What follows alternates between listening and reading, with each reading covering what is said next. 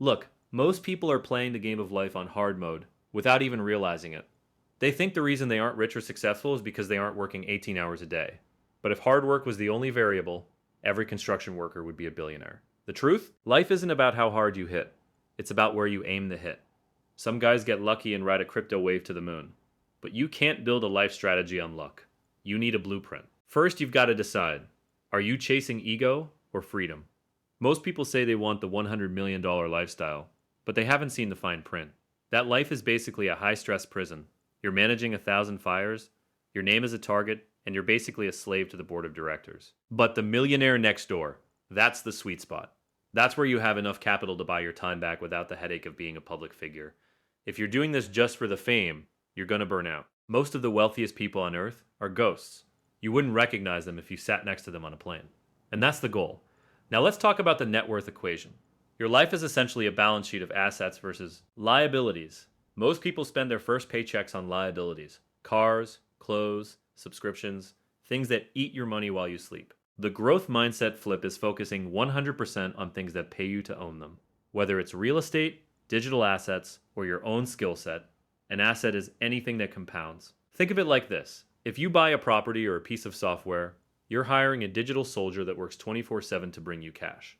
But keep in mind, the tax man is the final boss. If you want $1 million in the bank, you better be aiming for 2.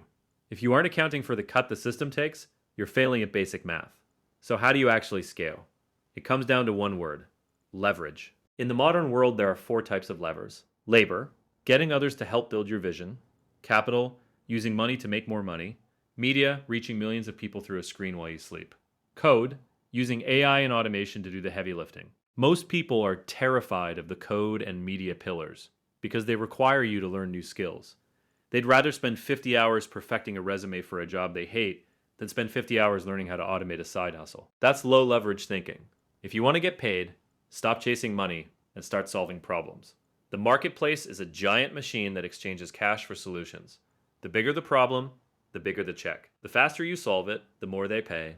The easier you make it for the client, the higher your premium. If you're tutoring a kid for $20 an hour, you're trading time for money. That's low leverage. If you build a course that teaches 10,000 kids the same thing, that's media leverage. Same knowledge, different result. Stop grinding like a gear in someone else's machine. Start looking for where the lever is. If you aren't using code, media, or capital to multiply your effort, you're just working hard to stay in the same place. I'm building a community of people who are tired of the slow path. If you want to see how we're using these levers in real time, hit that subscribe button. We're dropping the old school advice and moving into the future. Let me know in the comments. Are you building a lever, or are you just pushing the boulder? I'll see you in the next one. Peace.